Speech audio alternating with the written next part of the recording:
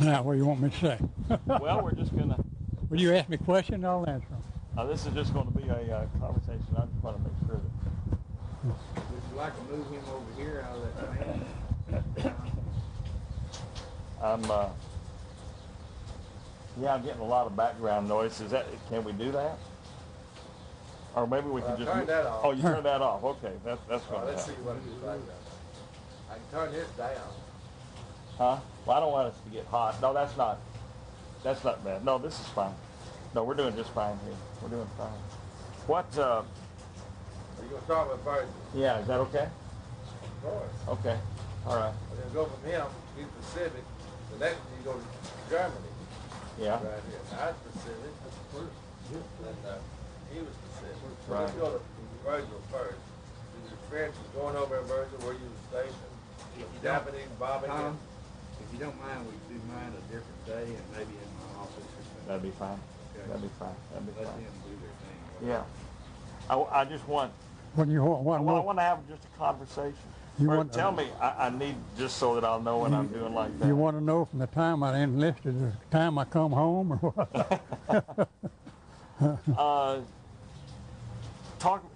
Educate me about your experience in the war. Where were you? Where were you from? Where Well- did you go? What was your job? Well, I was at the CB Construction Battalion. I built landing strips, bulldozers, and drag lines, and all that kind of stuff, and carpenters, and building buildings, and quantity huts, and everything imaginable. Even running PT boats, not PT boats, Jeep lighters from one island to the other, and dump them out on the other side. And so it had taken us 36 days to go from the United States over there. It's a big, huh? Wow. 36 days to go over there. And we landed on a little old island they call Tulagi Island, a little bitty old island. And then after we left, stayed there a little while, and they shipped us over into Guadalcanal. It's about 30 miles across from that little island. So we went over there and done a lot of construction, building airports and stuff like that. Building airports and air bases Air bases, yeah, air bases for the establish airport. outposts for the war, right? Yeah, Okay. for the landing strip for the planes coming in and going out. And that was your job. That was my job. What was that squadron, the Marine squadron that was so famous? Black Sheep, The Black Sheep. Tappy Boeing. Right. Yeah. And they were based on Bougainville. Did you go to Bougainville? No, right close to it. No, I didn't hit Bougainville. Yeah. I didn't hit many places. Hell, I went over when I hit Guadalcanal. I stayed there 3 years before I left. How far were you from Guadalcanal?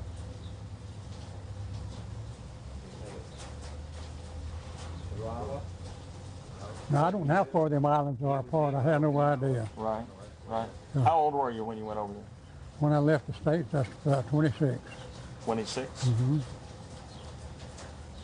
Is that when? I went over and I got over in August. In August, the 23rd, 1942, on Guadalcanal. Now, so in what branch were you? Seabees. Seabees Seabees, yeah. United States Navy. of the United States Yeah, Navy. Navy Seabees. And that's what we're construction battalion, like the Army engineers. Uh-huh. Instead of being Army engineers, we're the Navy engineers, I guess what you'd call it.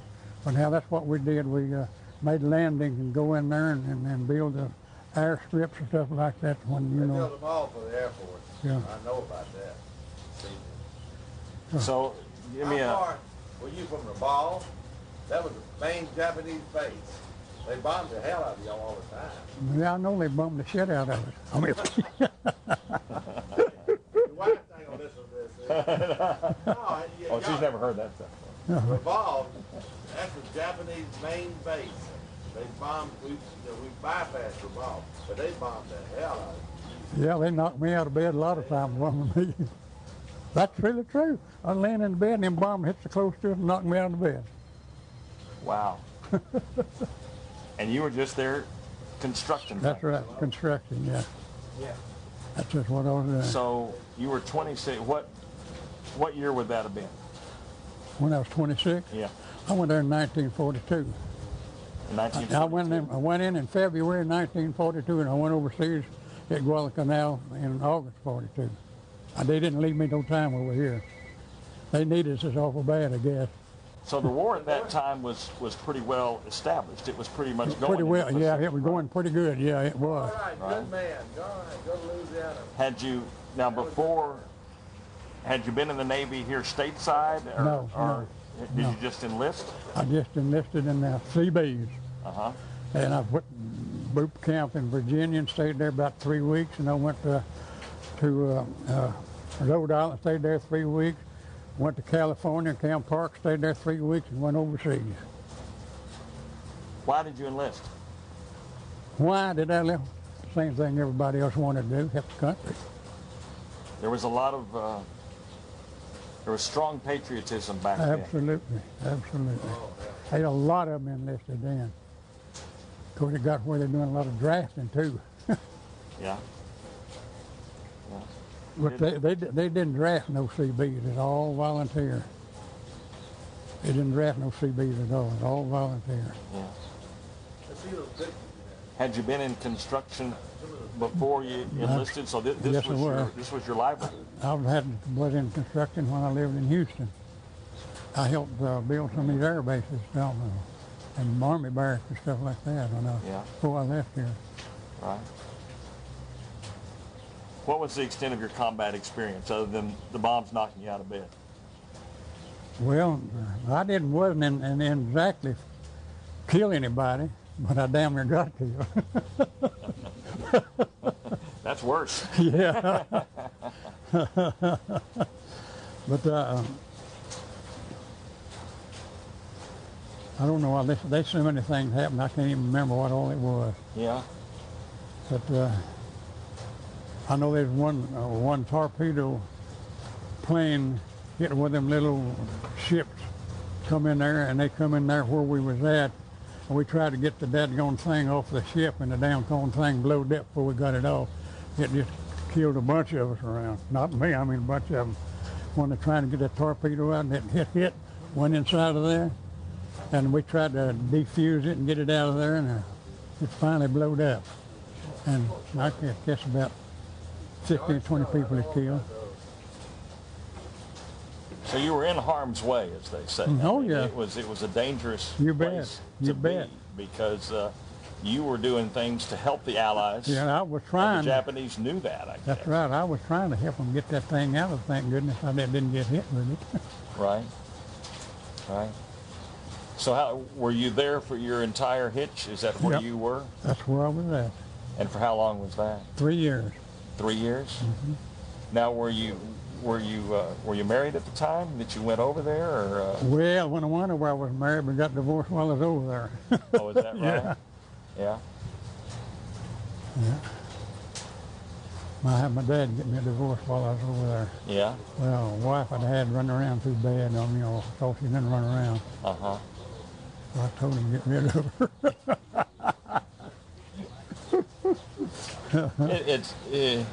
War was difficult on families and keeping families together, I guess, right? I mean, well, my brother was in there, and my brother-in-law was in there. We all enlisted the same day. Uh-huh. And we all went to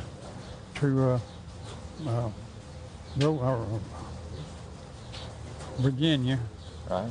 And I went one way, and my brother went to Hawaii, and Lucian Island. My brother-in-law went to Hawaii, went to New Guinea, and I went to Guadalcanal. Yeah. Now, were you married again, or? Oh, later I was, back when I got out. You did? Yeah. And Yeah, my wife deceased about 5 years ago. about 5 years. What was her name? Julie. Julie? Julie, So y'all were married a long time? 49 years. 49 years? Yeah. How many kids you got? 2. 2 kids? No, one.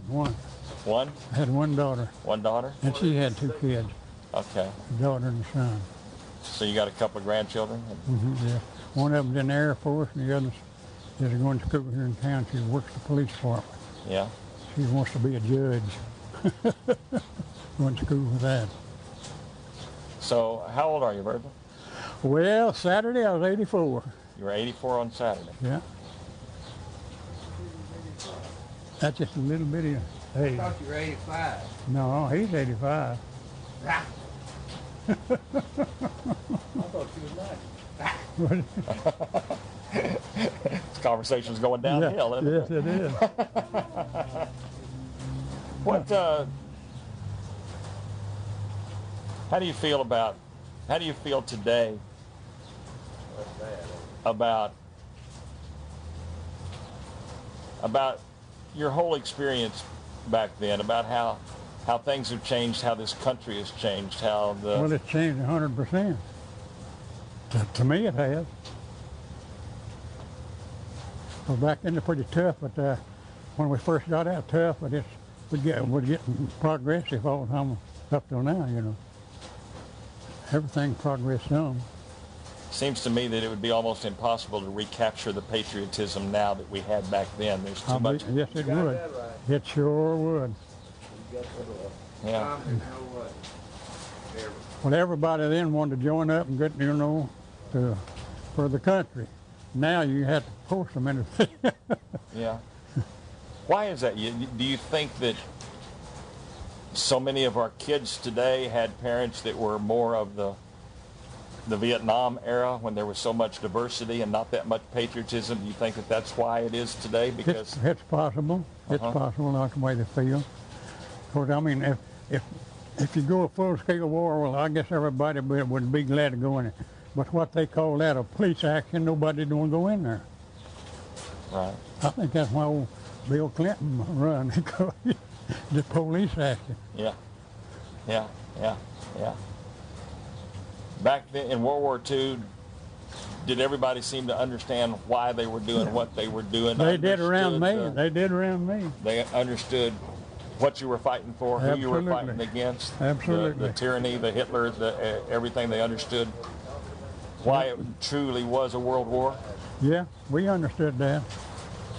But we're fighting everybody. Yeah. I mean, we wasn't fighting nobody but Japan and Germany. But everybody in other countries was with us fighting the enemies. I'm trying to get a picture of the way it was. I wish we could recapture something. I wish people could understand what real sacrifice was all about. Well, that'd be nice if we could, yeah. Yeah. But we all went over there to kill or be killed, I guess. That's what the line to try to free our people over here. Yeah. And when you came home after 3 years, so did you come home at the end of the war? Yeah. So Yeah. you came home because the war ended, right? Otherwise, you'd have I've still been there. you'd have still been there as long as the war was going Well, on. that's right. What was that like when you came home? Well, it felt pretty darn good to me to get out of there and do things I wanted to do instead of what they wanted me to do. Right. What did you do when you came back home?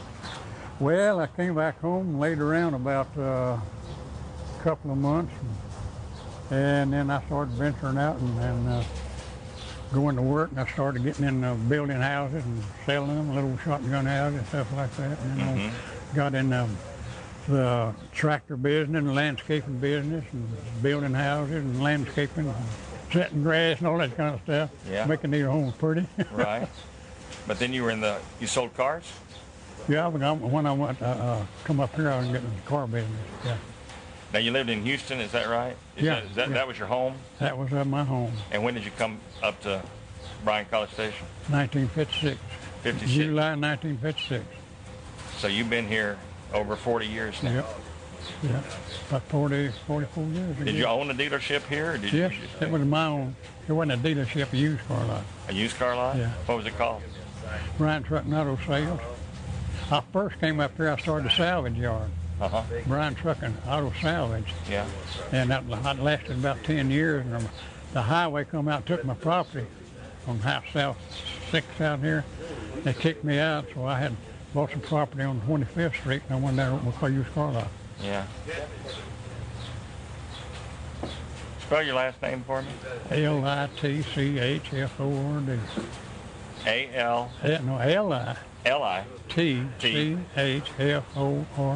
Litchford. Right. Litchford. Right. Litchford. Okay. He got it. Yeah. Yeah, we got it. We got it. Are you proud you fought for your country? Well, sure I am. I guess everybody, aren't you, too, WS? Yeah, hell, I'm proud I did. I'd do it again if it was called on. At 84? Yes, sir. If I could get there, I would. It wouldn't take you 36 days this No, time. it wouldn't. They'd get you over there quicker. Yeah, about 36 hours. Not even that long, probably. So you stayed in the Pacific your whole time? Whole time, yes. Yeah. Yeah. What about this group, this VFW group, and like people here and your friends and everything like that? Is this kind of special to be able to be with these people?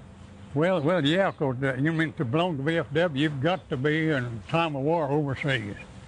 And if you've just been in the service a while, you can't get in VFW. It's well, I think that's great, because you've got to be served overseas before you can belong to VFW. Right. Well, that's good. There's so much more to tell, but I just trouble coming up with the questions. I'll probably come see you again sometime. Okay. Their story, there were